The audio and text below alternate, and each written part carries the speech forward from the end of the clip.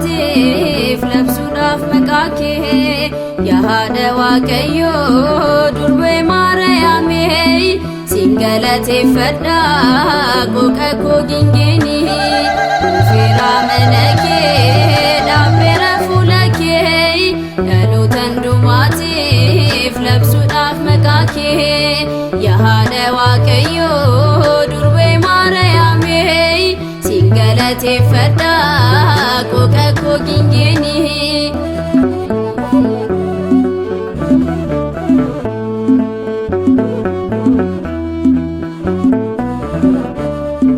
Akkuma abbaa Efreem fuula kee dhaabbatee na eebbisi durbee jedhee si kadhatee suuqni ilma kootii sirraa bulu jettee mudhii isaa hidhatee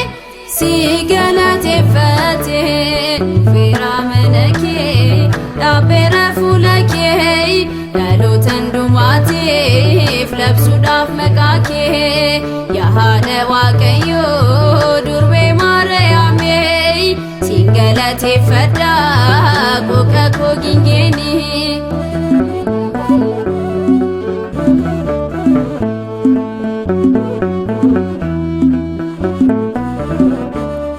Ati kan leellistee akka ulee Aroonii kan Museen si arge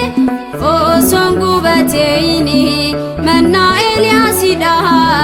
ogummaa si loondis masinqoo Daawiti siin faarfadhaanis dhufeera mana kee dhaabbeera fuula kee dhaloota hundumaatiif labsuudhaaf maqaa kee yaa haadha Waaqayyo durbee Maariyaamee siin galateeffadha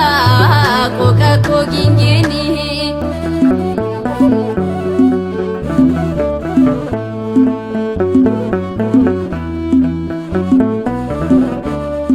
Kennaan kan guutamtee gammadii harmee koo qulqulleettiin jedha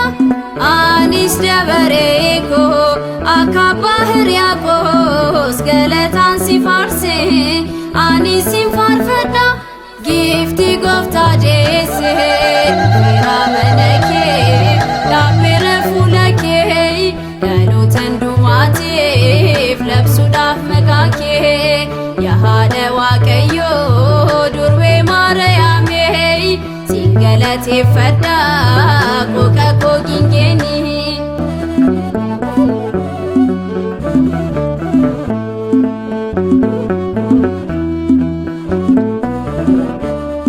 Herroon koo guutamee maqaa kee waammadheen qaana'ee hin beeku Maariyaam si kadhadhe arjummaan Waaqayyo